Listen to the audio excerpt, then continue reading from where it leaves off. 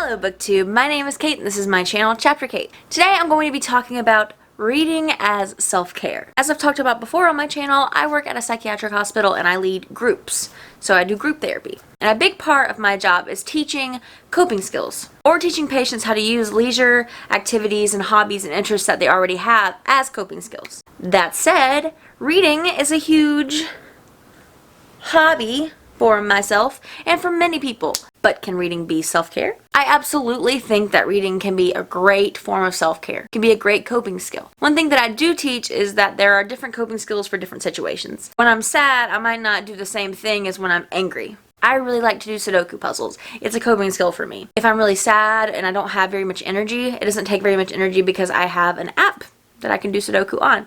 If I'm a little antsy, I can still do Sudoku because I can kind of focus on it. It doesn't require too much focus for me because I do it so often.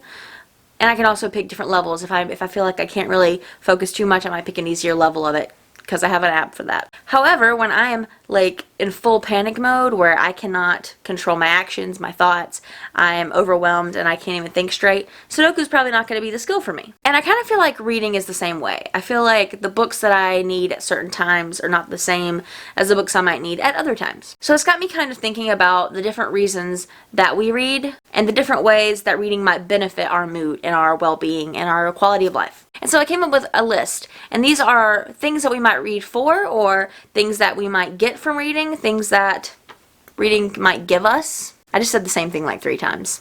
These are by no means the only things that reading can give to us. These are just a list that I feel like encompasses quite a bit of the benefits of reading. And I'm also going to be making this into a series. This video is just an introduction to the series. I'm actually going to be making a video of recommendations for each one of these benefits. And in those videos, I might talk a little bit more in depth about them. So the first one, which is also the most commonly recognized reason and benefit from reading, is reading for escapism. I feel like when I watch a lot of people's introduction videos to BookTube, so many people say that the reason that they, started reading a lot, or the reason that they love reading, is because it allows them to escape from everyday life. But at BookNetFest 2019, a lot of people talked about how a lot of fiction might not actually help you escape because a lot of it is so relevant to current circumstances in your life or in society. And so many things in literature reflect real life. So that definitely led into a deeper discussion on what kind of books are best for escapism when it comes to reading, and a lot of people suggested romance. Personally, I am not a huge romance person. I don't mind there being romance in books, but I don't really,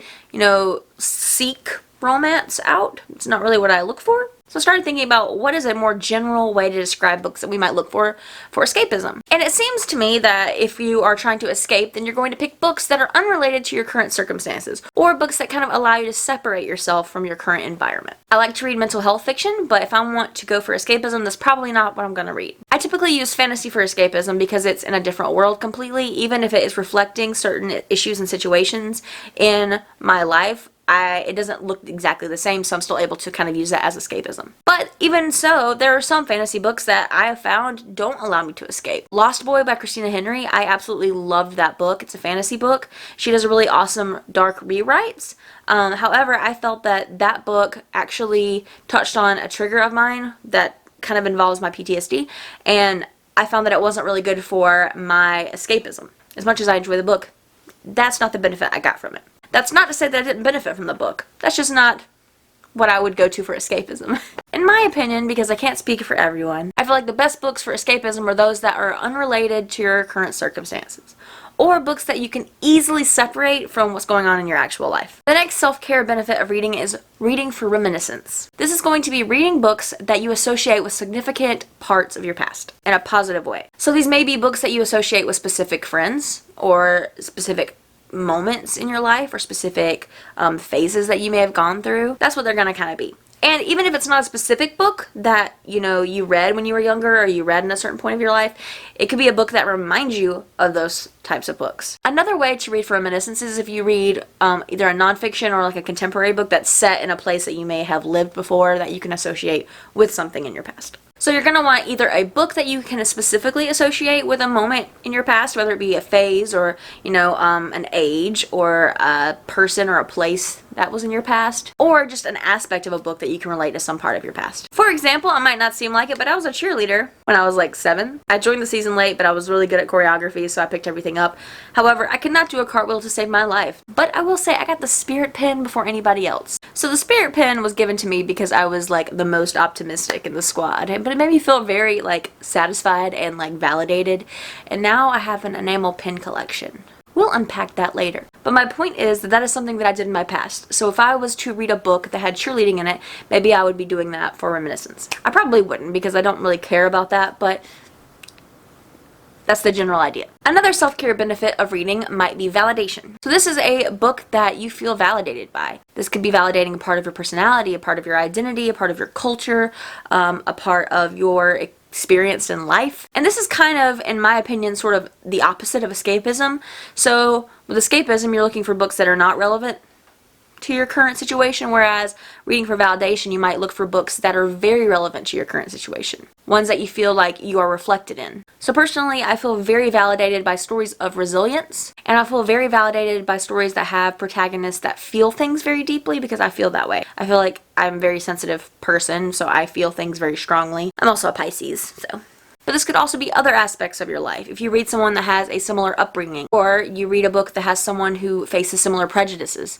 If I read mental health fiction that has bipolar representation or PTSD representation, or even a book that has a musician in it and I feel the same as that musician, that might be something that I read for validation. The next self-care benefit of reading might be reading for connection. This could be reading for connection with your culture, your community, with others, with something inside of yourself. Even if this was a joke, I've heard so many people say that their books are their friends, and I am so on that train. I grew up an only child, and I had books, and books literally made me feel like I had company because I had the people that were in the book, the characters, they were my friends. My book was my friend. It took me to a place that I would never have gotten to go otherwise. So it made me feel like I was connecting with something. I love found families in books because it makes me feel like I'm connected with a community. Another thing is I don't read a lot of books that are in my area. I like to read a lot of fantasy, so there's not a lot of fantasy that happens in the mountains near the Carolinas. But I found a series that does have that, and that made me feel more connected with the area in which I live. Not the sordid past of the area in which I live, but something else. So the actual landscape of where I live. And that made me feel connected. But this could be anything. This could be connecting with a specific social group. So the ways in which you actually connect to others, you're looking for that in a book. The next self-care benefit of reading is wish fulfillment. And I know this is often used in terms of writing, but I also feel like you can read for wish fulfillment. So if there's like a specific situation that it would just mean the world to you if you could like experience what it's like, even if you know it's so impossible or you feel like it could never happen, having a book where you could read that and experience it might make you feel some sort of closure. So for example, I know I'm probably never going to be a rock star as much as I would love to be a rock star, but reading books about rock stars, it makes me feel like a sense of fulfillment. And for some people that could be like a relationship that's super supportive or something like that, and that could be a form of wish fulfillment. Having your student loans paid off. I need that book. Someone write me that book, please. And the last self-care benefit of reading that I'm going to discuss is reading for growth. The first thing that I sort of think of when I mention this category is self-help books, but that is not the limit here. I do feel like certain self-help books or, books related to your mental health can be great for your personal growth. But there are so many other ways that you can read for growth. If you have a spiritual relationship, reading to enhance that. I'm a Christian, so I might read, books that make me feel more validated in my beliefs. If you're Muslim, if you're Jewish, if you have any sort of spiritual beliefs, that's a really great way to feel, like you are experiencing some sort of growth if you read more into that. But on the other side of things, if you read more about other parts of you, I like to read books about mental health because I have mental illness and I work in mental health. And if you really don't like nonfiction books, other ways are reading books that represent that. There's so many different forms of growth. There's spiritual growth, there's social growth, there's emotional growth, there's psychological growth. Another thing is reading books that represent something that you might not have experienced yourself.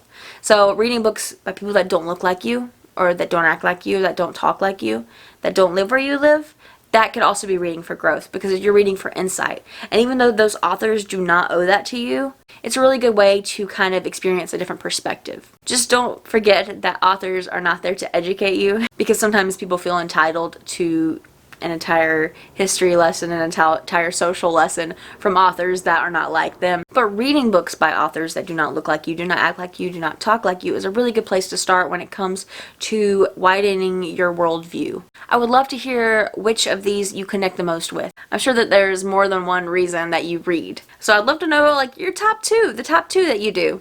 Yeah, let's do the top two. Leave it below. And if you agree or you disagree with anything, I would love to have that discussion, because I am going to be making videos of all of these by themselves with my personal book recommendations. But that is all for this video. If you would like more of this junk, subscribe below. Bye!